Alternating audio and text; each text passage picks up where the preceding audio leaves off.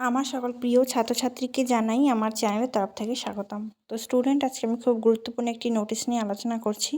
তোমরা যারা রয়েছে কোচবিহার পঞ্চানন বর্মা ইউনিভার্সিটির আন্ডারে, তোমরা যারা সেকেন্ড সেমিস্টার স্টুডেন্ট রয়েছো এবং ইতিমধ্যে ফার্স্ট সেমিস্টারের রেজাল্ট পেয়ে গেছো, তোমাদের পিপিআর এবং পিপিএস করার জন্য কিন্তু নোটিশ এসেছে।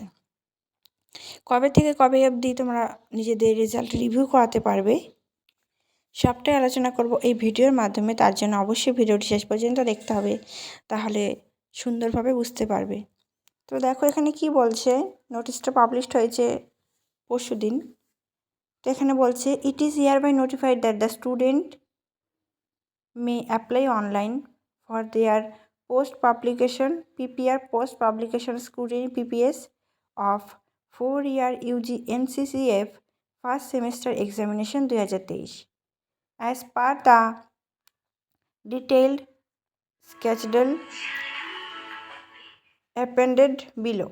The PPR PPS form will be available at university website www.cbpbu.net. তারপর কি বলছে দেখো, তারপর এখানে বলছে ফর্মস অ্যাভেলেবেল অনলাইন 24/5/2024 টু 28/5/2024।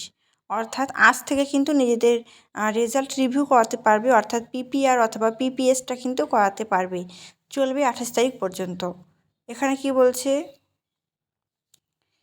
তোমাদের এখানে ফিস কত লাগবে, 50 টাকা per paper for PPR and 50 টাকা পার পেপার ফর পিপিএস। তো দেখো এখানে কি বলছে, the PPR PPS form recommended by credit card, debit card, net banking at the time filling up the online PPR এবং PPS ফর্মটা ফিল আপ করার সময়তে কিন্তু তোমাদের অনলাইনেই কিন্তু টাকাটা পেমেন্ট করতে হবে।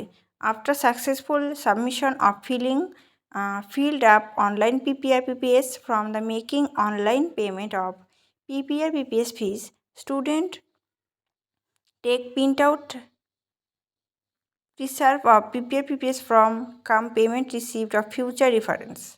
তোমরা পিপিআর পিপিএস করার পর একটি ফর্ম দেবে, তাহলে তোমাদের সেটা ভবিষ্যতের জন্য কিন্তু একটি সাক্ষী হিসেবে থাকবে যে তোমরা পিপিআর পিপিএসটা করেছিলে। তারপর কি বলছে, there will be no post publication scrutiny of internal assignment practical papers and for the papers where examination is with OMR sheet. তোমাদের পিপিআর পিপিএস করলে কিন্তু তোমাদের ইন্টারনাল অ্যাসাইনমেন্টে কিন্তু নাম্বার বাড়বে না, প্র্যাকটিক্যালেরও বাড়বে না, শুধু লিখিত পরীক্ষার কিন্তু বাড়বে যদি বাড়ে। তারপর কি বলছে, a student may apply for post publication scrutiny of maximum 50% of the theoretical course or papers. তারপর কি বলছে, post publication of the same paper in a course will be not be allowed. একটি সাবজেক্টের পোস্ট পাবলিকেশন স্ক্রুটিনি অথবা তারপর PPR এবং PPS কিন্তু একটি সাবজেক্টের কিন্তু করা যাবে না, যে কোনো একটি করতে হবে। তো তোমরা বুঝতে পেরেছো সম্পূর্ণ বিষয়টা। তো তোমাদের যাদের মনে হচ্ছে যে তোমাদের নাম্বার খুবই কম এসেছে বা তুমি এর থেকে বেশি নাম্বার পাবে, তারাই কিন্তু পিপিআর এবং পিপিএসটা করাবে, অর্থাৎ রিভিউ করাবে।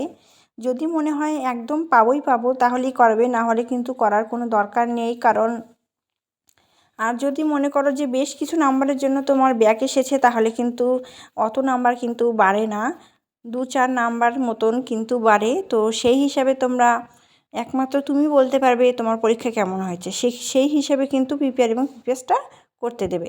তো ভিডিওটি কেমন লাগলো কমেন্ট করে জানাবে, ভিডিওটি ভালো লাগলে লাইক করবে, বন্ধুদের সাথে অবশ্যই শেয়ার করবে।